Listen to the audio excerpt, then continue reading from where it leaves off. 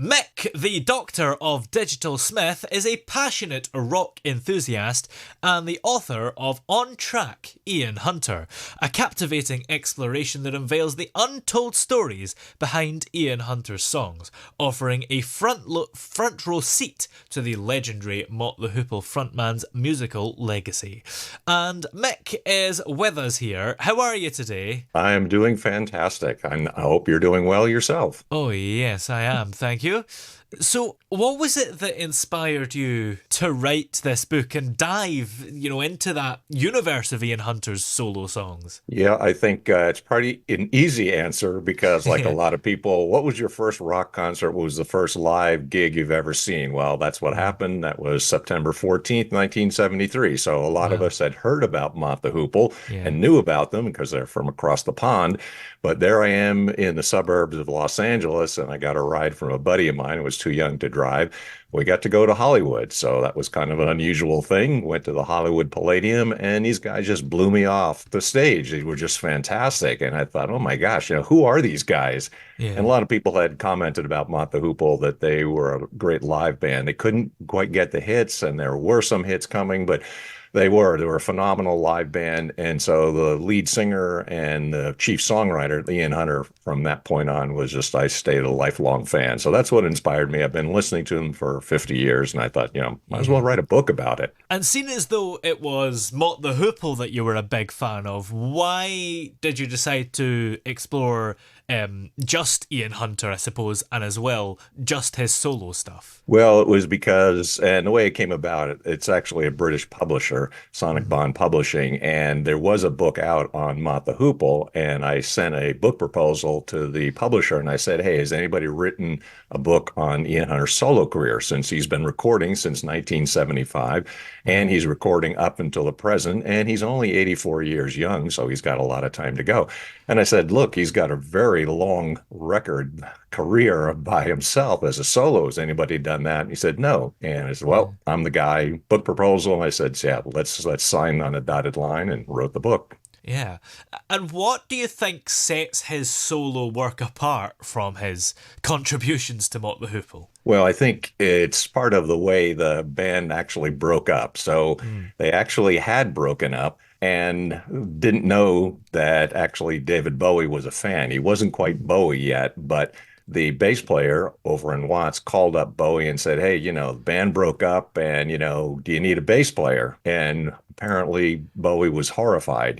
They Yeah. didn't know, but he was a big fan of the band. He said, no, wait, you guys can't break up. Come over to the flat, listen to this song. I got a song for you. So sure enough, they listened and they go, they can't believe that Bowie was giving them all the young dudes to record. And that Yeah. became a very iconic song. And it did have a hit with it. And then there were Honolulu Boogie, Roll Away the Stone, all the way from Memphis. And they had a Oh, string yeah. of hits. But I think the band was not really into the glam image. And certainly Mick Rouse wasn't. He left to form Bad Company, which is just a basic hard rock band. And I think that's what kind of led to the breakup of the band in the first place. Yeah.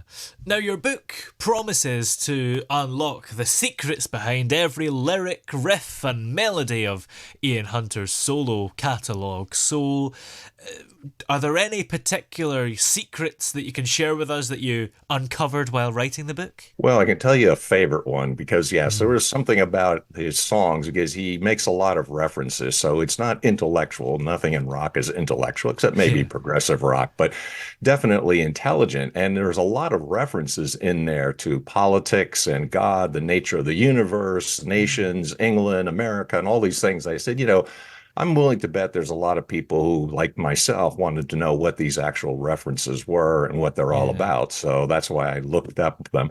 And I'll tell you, there's one thing that's my favorite story is actually I tracked down the original song that Ian Hunter got songwriting credit on. And it's unusual because it's actually under his actual real name. His real name is Ian Hunter Patterson. Mm. First 45 he got songwriting credit on, it's Patterson. He wrote it in 1967, tracked it down, and I had him sign it. I was at a gig at Maxwell's in Hoboken, New Jersey. And I said, hey, would you mind signing this? Because he signed some things over the years for me. And he looks at it and he goes, well, what's this? I explained it to him. And I said, well, this is the first 45 and their first song you got songwriting credit on. He goes, Oh. well, I don't even have this. So I thought it crossed my mind. I go, hold on a second. I hope he's not going to ask me for it, which he did. He was just kind enough. He just signed it. So yeah, I have a copy of it. And Wow. there's a picture of it in the book as well. That's incredible. And how did you, actually go about dissecting and analyzing all the songs in the book? Yeah, I think there's Hunter is unusual in one sense, in that a lot of songwriters are sort of cagey about what their songs mean, right? And you ask Yeah. them, well, what does this mean? And what's this reference? And they go, well, it can interpret any way you want. But Hunter has been actually fairly generous about this and has spoken about a lot of his songs. And I think one of the favorite things that he says about it is like, well, I think it's a pretty decent song, but when some of them he'll say, nah, it was really daft. So it's like, well, that's very honest. I mean, that's really unusual for an artist. But, when I started looking at it, I tried to find every possible reference. So there are some things that Hunter himself has read. There's a Yeah. two-volume biography that's an authorized biography that was also a really good source by Campbell Devine. And we had Adrian Perkins, who during the 80s, when we couldn't find out much what was going on, he's did a lot of work online. So there are several books, there are several things. And then frankly, to be honest, I've just had to speculate because I have no Yeah. idea, but I'm giving you my 2 cents just as a lifelong fan. And this is what I think. And, Mm. it's just my opinion, my 2 cents. Yeah. And has Ian Hunter been involved in the book in any kind of direct sense? Because obviously you've met him in the past. I mean, is he aware of the book? I'm not sure. So I said, I usually Yeah. make a joke and people say, how much has he had an input? Well, he wrote the songs, or his songs. Yeah. So he obviously knows what they're all about. And I did ask at one time, because I've got one of my podcasts, I said, would you like to come on? I'd like to interview. So he Mm. said it wasn't an appropriate time. So I'm going to go back and say again, well, here, let's talk about some of these things and maybe you can clarify some things, or, Mm. dispel some rumors that people have had, or, just say something about them. And it'll be great because I did write a novel before called Burning America. And Yeah. Ian was kind enough. I quoted some of the lyrics in the book itself. So I said, I really appreciate it because he's been a big part of my life in a lot of ways, and I'd like to have more contact. And like you say, I've been Yeah. fortunate enough to go a lot of gigs. He signed some memorabilia and things like that for me as well. Yeah. And you're writing this book obviously as a big fan, so he would have nothing to fear by helping you out. He'd come out well out of it. No, I hope so Yeah. because, my whole point is that I have appreciated his work and his Mm. creativity and his artistry. So it's not to be critical in any Yeah. sense. I mean, that's why I'm saying some of the songs he doesn't like, I'm thinking, well, I think they're pretty good songs. You wrote the thing. Why didn't you like it? But when he's asked about what is his favorite song, he kind of says, well, they're like your children. I mean, you can't pick favorites. So Mm. there are some things that he's been very, like I think brutally honest. Yeah. The song he recorded, there's some songs that he said himself. I don't even remember recording it. I don't remember who was on the track. I mean, there's really unusual things, but it also is the fact that he's recorded for 50 years as a solo artist and 4 years before that with Mott the Hoople. So there's a lot to remember. Yeah. And as I mentioned, the book, reveals the secrets behind every lyric, riff, and melody. Does that mean that you've managed to include all the songs? That is correct. And that's why Wow. I'm saying it's well, I've been listening to him for 50 years. I put it that way, right? Yeah. So, but that's part of the series as well. What the publisher does is he has a series on all kinds of musical artists, and that is every single track, every single album I've made some comment on. And it says, if you want to know like one particular song on one album that's been frustrating you and wanted to know what was that all about, well, I thought you Yeah. got the answers in the book there. Absolutely. Now, obviously, you've been fortunate to see Mott the Hoople. So, for those who maybe haven't, how did you go about capturing that kind of rock star charisma in your writing to make readers feel like they were front row attendees at some kind of concert? Yeah, and I think what I'm trying to do is to say, well, because I've seen the band, Rant Band, which is a more recent band he's been Mm. working with from roughly around 2000 or so. I've seen them dozens of times. Like I said, it's definitely a fan. I've seen them 3 nights in a row on the East Yeah. Coast, 3 nights in a row on the West Coast. saw him 6 times in 1 month. So, I mean, what I'm trying to do is to say for other people is that it's that kind of excitement, and just knowing that if you're ever been to well, virtually any sort of concert or any sports event, anywhere there's a large crowd of people, to kind of get so involved in the music and so curious on what this possibly could be about. And I hope that's the kind of sense that people get from it, because I am going through all the songs, everything he's ever released. And then there's Mm. some live albums along the way too. So I mean, Mhm. when you're at a live concert, there's some songs that he's done and recorded with different people over the years, especially like people like Mick Ronson. We unfortunately lost him at a very young age, who was Bowie's Yeah. guitarist. So there's people like that, and also the bands have been really good. He's worked with some really phenomenal musicians over the years. Yeah. And with live performances, it's an interesting point because obviously you do look into the lyrics, riffs, and melodies, and every time a song is performed, they could decide could decide to do it maybe slightly differently. So, did Yeah. that ever prompt you to, look into individual performances as well? Yeah, and I think it's a good question, because this is one of the things I appreciate about Hunter as an artist. So, of Mm. course, I like what he does, and some things take a little bit of time to grasp and understand and really appreciate. But this is why I think one of the reasons he's so interesting as an artist. So, he records Strings Attached in 2002. He takes a small orchestra, it's a 14-piece band that he's not a classical musician, obviously, he's a rocker, but Yeah. then he records an entire album called Strings Attached with them. So then what does he do? He takes almost the exact same set list and then releases a live album with is the truth, the whole truth, and nothing but the truth. You're going, well, hold on a minute. I mean, you went from having a small orchestra and orchestration behind you, and then a full-on rock band with some really leading guitarists, such as from Queen and Mick Ralphs from old Mott the Hoople band. So, I Wow. mean, what you're finding is that he doesn't look back, and I think that's what I appreciate of him. He's always pushing the limits of creativity, and it also means that it's very fresh, because every Yeah. performance, like I say, you see him 1, 2, 3 nights in a row, and yet every performance does have its own unique quality. Absolutely. And he's also known for his storytelling prowess within his songwriting. So, what were the most, intriguing stories or inspirations behind the lyrics that you've discovered while writing the book? Well, it's one of those things that, when I think about him as an artist, he talks about Mm. really extraordinarily personal things. So he talks Yeah. about not getting along well with his father. So his father was a policeman. He worked for the Secret Service in England. And yet then he has a son who's a complete rocker, who's a completely different. So there was some clash. It was a generation gap there. So then he writes a song called Ships, which was also then later recorded by Barry Manilow. It was actually his Oh. last big hit. So Ian has been asked about, well, how did you feel about Barry Manilow recording your song? They're obviously two different artists, right? He Yeah. said, well, I made a few bob from it. So who's going to complain, right? It's Barry Manilow. He still made money from it. Mm. But then he also wrote another song, which is a follow-up on the same theme on the last album that he's released, Defiance Part One. It's No Hard Feelings, about his relationship with his father. And I'm like, my gosh, I mean, it's so emotional and it's so Yeah. gripping that it's hard to believe that a person could be that upfront with their honest feelings towards his father, and especially having such a very difficult relationship with his father. But the name of the song is No Hard Feelings. It's like, wow, how do you get past this really troubling relationship you have with a close family member such as a father? But apparently Mm. he's worked it out. Yeah.